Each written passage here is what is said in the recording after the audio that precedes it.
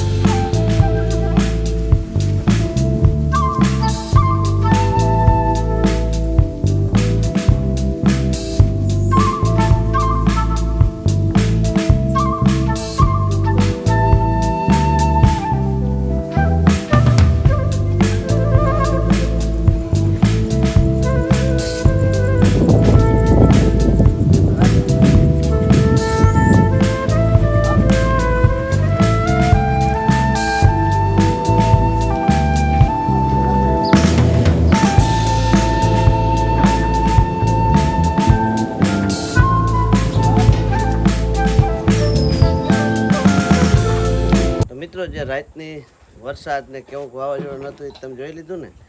અને light byte બધું હબડટ થઈ ગયું હતું. અને પછી એથી આગળ તમારે જે જોવું હોય વધારે વિડીયોમાં હજી તમને આગળ દેખાડું કેવી નુકસાની થઈ નહીં. આ 2 ટાયરવાળો તબેલો છે ને એમાંથી એક કોનો ટાયરના પતરા હાવ ઉપાડી લીધા બધા. અને ખરેખર આ નુકસાની છે ને એક જગતનો તાત જ સહન કરી શકે. જોજો તમે ઉપરથી આ દેખો છો દ્રશ્ય બધું. એક કોઈ નવો જે ઢાર હતો એને હંતાઈ પતરા ઉપડી અને વયા ગયા. અને આ બધો માર તો હે ને ખેડૂતનો દીકરો સહન કરી શકે.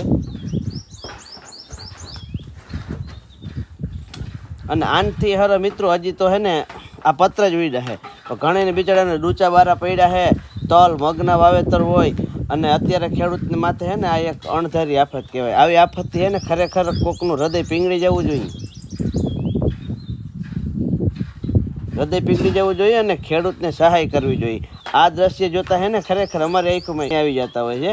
એક પતરું હાજુ નથી રહેવા દીધું. ઓછામાં ઓછો 30,000 થી 40,000 રૂપિયાનો ખર્ચો છે. તો મિત્રો, જે આ ભૂકો જેવો છે ને બધો એ હાવ કૂચો થઈ ગયો છે. આપણે કોબીના કાચા કચુંબર જેવો. અને ભગવાનનો પાડ તે અમારા પશુને કંઈ નથી થયું. ને અમારું આ એક પશુ છે ને પૂણા 2-2 લાખનું છે. હાવ રોગા કરી મેલા ઉઘાડા જોવું જોઈએ. તમે એક નજર તો કરો.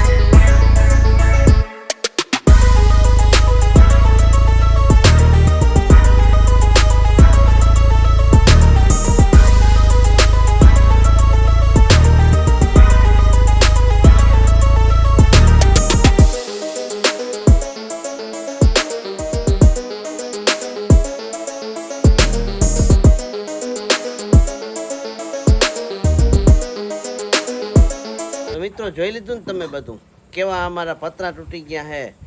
તબેલાને મારે તેટલો વાંધો નથી. હવે તમે જોયા એ મોટા પપ્પાના છોકરાના હતા.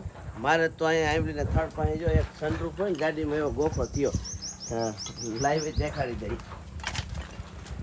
અમે એક ભાઈ કોમેન્ટ કરતા હતા કે આંબલી પાસે તમે પતરા કેમ થાય કે મિત્રો અહીંયા 2 પતરા કટિંગ હતા અને 2 પતરા અહીંયા આખા હતા એમાં અમે ખીલા મારેલા નહોતા તે ભૂમ થઈ ગયું ને સનરૂફ ખુલી ગયું અમારું ગાડીનું તો ખુલે પણ તબેલાનું ખુલી ગયું ના જોજો કેરાના ઝાડ ને ઉથમુથ નાખી દીધા